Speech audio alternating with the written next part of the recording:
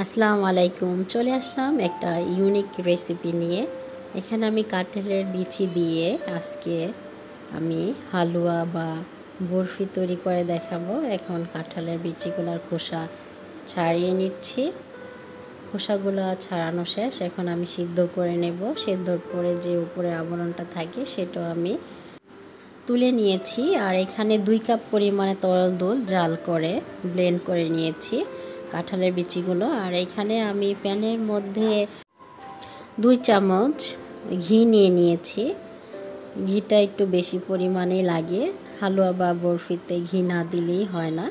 এখানে আমি 2টো তেজপাতা আর 3টে এলাচি ধুয়ে দিয়ে দিয়েছি।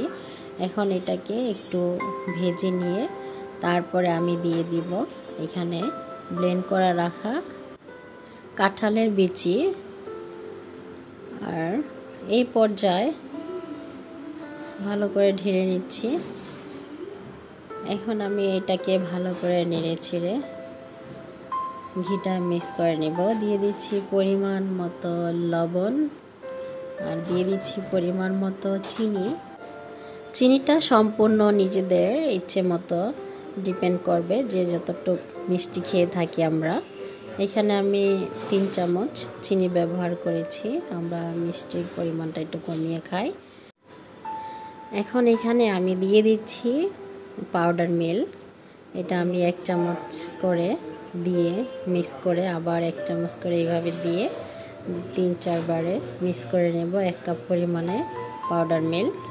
কারণ একবারে দিতে গেলে দেখা গেল গুঁড়ো গুঁড়ো হয়ে থাকে, দলা পাকিয়ে যায়, সেক্ষেত্রে ভালোভাবে মিক্সড হয় না।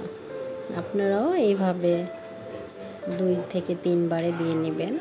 তো এটা যখন এরকম ড্রাই হয়ে আসবে ঠিক সেই পর্যায়ে আমি দিয়ে দিব 1 চামচ ঘি, যাতে এর ফ্লেভারটা খুব ভালো হয়।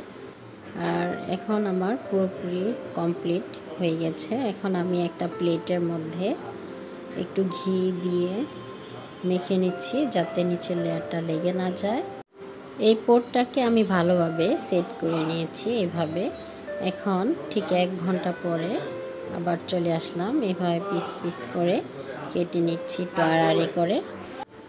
এখানে যেমন খুশি তেমনই শেপ দেওয়া যাবে। এখানে আমি উপর দিয়ে বাদাম দিয়ে এটাকে ডেকোরেশন করে নিচ্ছি। আমার কাঁঠালের বিচির বরফি রেডি। আপনারা বাসায় ট্রাই করবেন। সবাই ভালো থাকবেন, সুস্থ থাকবেন। আমার চ্যানেলটা সাবস্ক্রাইব করবেন। আল্লাহ হাফেজ।